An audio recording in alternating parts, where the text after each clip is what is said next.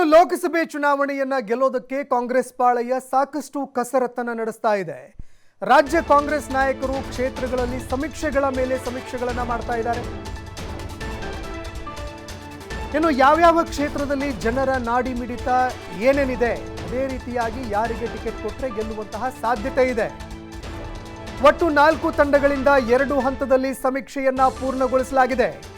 AICC CM ಕೂಡ ಮಾಡಿಸಿದ್ದಾರೆ, ಅದೇ ರೀತಿಯಾಗಿ ಡಿಸಿಎಂ ಡಿಕೆ ಶಿವಕುಮಾರ್ ಕೂಡ ಮಾಡಿಸಿದ್ದಾರೆ.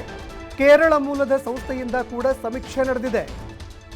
ಕೆಪಿಸಿಸಿ ಅಧ್ಯಕ್ಷ ಡಿಕೆ ಶಿವಕುಮಾರ್ ಕೂಡ ಇದಕ್ಕೆ ಸಂಬಂಧಪಟ್ಟಂತೆ ಪ್ರತ್ಯೇಕವಾಗಿ ಒಂದು ಸಮೀಕ್ಷೆಯನ್ನ ಮಾಡಿಸಿದ್ದಾರೆ. ಟಿವಿ5 ಕನ್ನಡದ ಬಳಿ ಸಮೀಕ್ಷೆಯ ಎಕ್ಸ್ಕ್ಲೂಸಿವ್ ಡೀಟೇಲ್ಸ್ ಲಭ್ಯವಾಗಿದೆ. ಇದಕ್ಕೆ ಸಂಬಂಧಪಟ್ಟಂತೆ ಟಿವಿ5 ಕನ್ನಡದ ಬಳಿಯಲ್ಲಿ ಒಟ್ಟು 4 ಸಮಿತಿಗಳಿಂದ ಈ ಒಂದು ಸಮೀಕ್ಷೆಯನ್ನು ನಡೆಸಲಾಗಿದೆ. 4 ತಂಡಗಳಿಂದ ಸಮೀಕ್ಷೆಯನ್ನು ಮಾಡಲಾಗಿದೆ. ಇನ್ನು 4 ತಂಡಗಳಿಂದಲೂ 2 ಹಂತದಲ್ಲಿ ಸಮೀಕ್ಷೆ ಮಾಡಲಾಗಿದೆ. ಎಐಸಿಸಿ ಅವರು ಮಾಡಿದ್ದಾರೆ, ಅದೇ ರೀತಿಯಾಗಿ ಸಿಎಂ ಮಾಡಿಸಿದ್ದಾರೆ, ಡಿಸಿಎಂ ಡಿಕೆ ಶಿವಕುಮಾರ್ ಮಾಡಿಸಿದ್ದಾರೆ. ಕೇರಳದ ತಂಡದಿಂದಲೂ ಕೂಡ ಸಮೀಕ್ಷೆಯನ್ನು ಮಾಡಲಾಗಿದೆ. ಇನ್ನು ಯಾವ ಹಂತದಲ್ಲಿ ಎಷ್ಟು ಸೀಟ್ಗಳನ್ನು ಗೆಲ್ಲುವಂತಹ ಸಾಧ್ಯತೆ ಇದೆ ಅಂತ ನೋಡಿದ್ದೆ. ಮೊದಲ ಹಂತದ ಒಂದು ಸಮೀಕ್ಷೆಯನ್ನು ಮಾಡಿದಂತಹ ಸಂದರ್ಭದಲ್ಲಿ 6ರಿಂದ 7 ಸ್ಥಾನಗಳನ್ನು ಗೆಲ್ಲುವಂತಹ ಬಗ್ಗೆ ಉಲ್ಲೇಖ ಆಗಿತ್ತು. ಆದರೆ 2ನೇ ಹಂತದ ಸಮೀಕ್ಷೆಯಲ್ಲಿ ಗೇಮ್ ಚೇಂಜ್ ಆಗುತ್ತೆ. 12 ಕ್ಷೇತ್ರಗಳಲ್ಲಿ ಗೆಲ್ಲುವಂತಹ ಉಲ್ಲೇಖವಾಗುತ್ತೆ. ಹೀಗಾಗಿ ಮುಂದಿನ ದಿನಗಳಲ್ಲಿ 16 ಕ್ಷೇತ್ರಗಳಲ್ಲಿ ಗೆಲ್ಲುವಂತಹ ಲೆಕ್ಕಾಚಾರವನ್ನು ಇಟ್ಕೊಂಡಿರುವಂತಹ ಪ್ರಶ್ನೆಗಳು ಕೂಡ ಸಮೀಕ್ಷೆಯಲ್ಲಿ ಇಟ್ಕೊಳ್ಳಲಾಗಿತ್ತು. ಕಾಂಗ್ರೆಸ್ ಗ್ಯಾರಂಟಿ ಯೋಜನೆಗಳ ಅನುಷ್ಠಾನ, ಅದೇ ರೀತಿಯಾಗಿ ಜನರ ಒಲವು ಯಾವ ಕಾರಣಕ್ಕಾಗಿ ಇದೆ, ಅದೇ ರೀತಿಯಾಗಿ ಜನರು ಯಾವ ಕಾರಣಕ್ಕಾಗಿ ಕಾಂಗ್ರೆಸ್ ಪಕ್ಷವನ್ನು ವಿರೋಧ ಮಾಡ್ತಾ ಇದ್ದಾರೆ, ಇದಕ್ಕೆ ಸಂಬಂಧಪಟ್ಟಂತೆ ಕೂಡ ಮಾಹಿತಿಗಳನ್ನು ಕಲೆ ಹಾಕುವಂತಹ ಕೆಲಸವನ್ನು ಈ ತಂಡಗಳು ಮಾಡಿದ್ದಾವೆ. ರಾಮ ಮಂದಿರ ನಿರ್ಮಾಣದ ಬಗೆಗೆ ಇರುವಂತಹ ಜನರ ಒಲವು, ಅದೇ ರೀತಿಯಾಗಿ ವಿರೋಧವಾಗಿದ್ದರೆ ಯಾವ ರೀತಿಯಾಗಿದೆ, ಜನರು ಯಾವ ರೀತಿಯಾಗಿ ರಾಮ ಮಂದಿರಕ್ಕೆ ಸಂಬಂಧಪಟ್ಟಂತೆ ತಮ್ಮ ಒಲವನ್ನು ತೋರಿಸ್ತಾ ಇದ್ದಾರೆ ಎನ್ನುವಂಥದ್ದನ್ನು ಕೂಡ ಮಾಹಿತಿ ಕಲೆ ಹಾಕಲಾಗಿದೆ.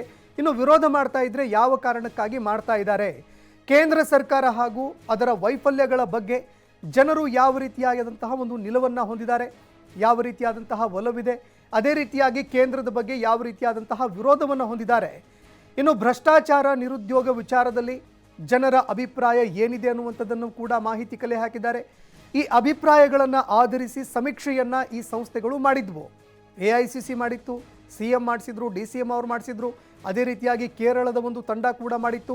ಇದೇ ಒಂದು ಪಾಯಿಂಟ್ ಆಫ್ ವ್ಯೂನ ಮೇಲೆ ಎಲ್ಲ ರೀತಿಯಾದಂತಹ ಮಾಹಿತಿಗಳನ್ನು ಕಲೆ ಹಾಕಲಾಗಿದೆ.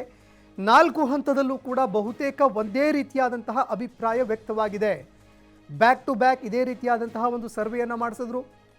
ಆ ಸಂದರ್ಭದಲ್ಲಿ ಇದೇ ರೀತಿಯ ಆಗಿರುವಂಥದ್ದು, ಅಂದರೆ ಜನರು ಯಾವ ರೀತಿಯಾಗಿ ಅಭಿಪ್ರಾಯವನ್ನು ವ್ಯಕ್ತಪಡಿಸಿದ್ರು ಅದೇ ರೀತಿಯಾದಂತಹ ಒಂದು ಅಭಿಪ್ರಾಯ ವ್ಯಕ್ತವಾಗಿದೆ. 3ನೇ ಸರ್ವೆಯನ್ನು ನಡೆಸಿ ಅಭ್ಯರ್ಥಿಗಳ ಫೈನಲ್ಗೆ ನಾಯಕರು ಲೆಕ್ಕಾಚಾರ ಹಾಕಿದ್ದಾರೆ. ಇದು ಬಹಳಷ್ಟು ಇಂಪಾರ್ಟೆಂಟ್ ಆಗುತ್ತೆ.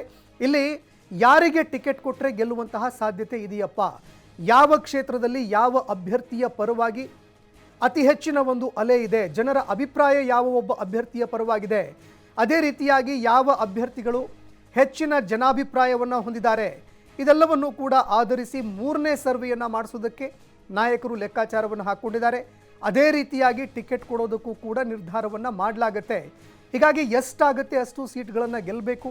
ಅದೇ ರೀತಿಯಾಗಿ ಈ ಒಂದು ಸಮೀಕ್ಷೆಗಳ ಆಧಾರದ ಮೇಲೆ ಯಾವ್ಯಾವ ಕ್ಷೇತ್ರಗಳ ಮೇಲೆ ಯಾವ್ಯಾವ ರೀತಿಯಾದಂತಹ ಒಂದು ಪಟ್ಟನ್ನು ಪ್ರಯೋಗ ಮಾಡುವಂಥದ್ದು, ತಂತ್ರ ಪ್ರತಿತಂತ್ರಗಳನ್ನು ಹಾಕುವಂತಹ ಕೆಲಸವನ್ನು ಮಾಡಬೇಕು, ಯಾವ ರೀತಿಯಾದಂತಹ ಡಿಸಿಷನನ್ನು ತೆಗೆದುಕೊಳ್ಬೇಕು, ಅದೆಲ್ಲವನ್ನು ಕೂಡ ಸಮೀಕ್ಷೆ ಮೂಲಕ ತೆಗೆದುಕೊಳ್ಳೋದಕ್ಕೆ ಕಾಂಗ್ರೆಸ್ ನಿರ್ಧಾರ ಮಾಡಿದೆ.